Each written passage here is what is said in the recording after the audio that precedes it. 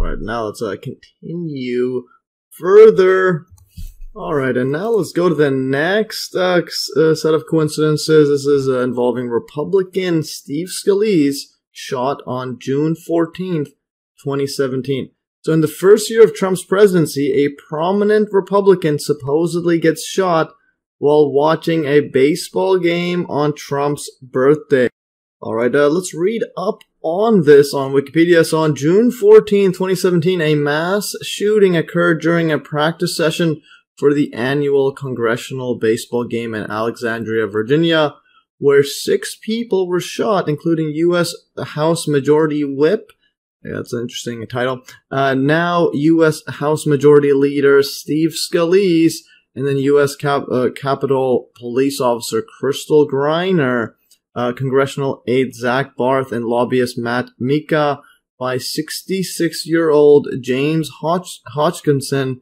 A 10-minute shootout took place between Hodgkinson and officers from the Capitol and Alexandria Police before officers shot Hodgkinson, who died from his wounds later that day at George Washington University Hospital. And Scalise and Mika were taken to nearby hospitals where they were underwent surgery. All right, so let's see the mainstream narrative of this quote shooting. So Hodgkinson was a left-wing activist with a record of domestic violence from Belleville, Illinois, while Scalise was a Republican Party member of Congress, and the Virginia Attorney General concluded Hodgkinson's attack was a quote act of terrorism fueled by rage against Republican legislators. Scalise was the first sitting member of Congress to have been shot since Arizona Representative Gabby Giffords in the 2011 Tucson shooting.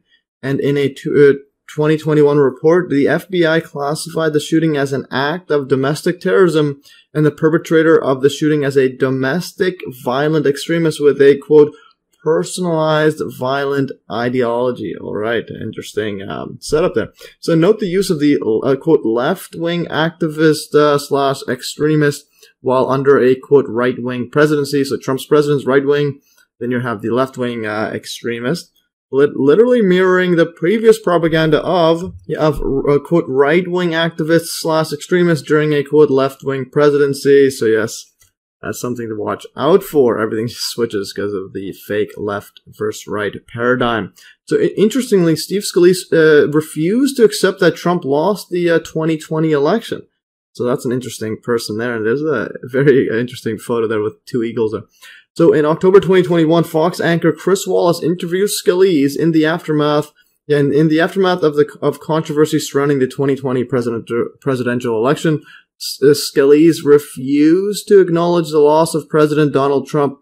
His refusal to admit Trump's loss was viewed as a fear of Trump's vindictiveness or seeking revenge, and willingness to kowtow, which is basically prostrating or kneeling and bowing with head touching the ground, to Trump in order to avoid being targeted by Trump. All right, interesting. Yeah, so this guy, Steve Scalise, with President Donald Trump in 2018. Look how much taller Trump is than him.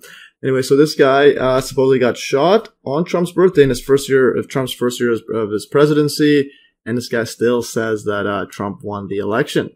Interesting. Alright, let's continue further and look at the 9th coincidence. This is on the same day, actually, June 14, 2017, is the Grenfell Tower building fire in London, England, again on June 14, 2017. So also in the first year of Trump's presidency and on the same day the Republican Steve Scalise was shot, there was a high-rise fire in the Grenfell Tower in London, England on June 14, 2017, that burned for 60 hours and killed 72 people. So this was supposedly the deadliest structural fire in the UK since 1988 and the worst UK residential fire since World War II. So there it is right there, Grenfell Tower, 24-story residential tower. And it's about 67.3 meters or 220 feet, 10 inches. Yes, very interesting. And note that the tower didn't turn to dust like most of the World Trade Center WTC complex did on 9/11. And there's, again, a link to my video, actually a YouTube video of fast forward of the towers turning dust.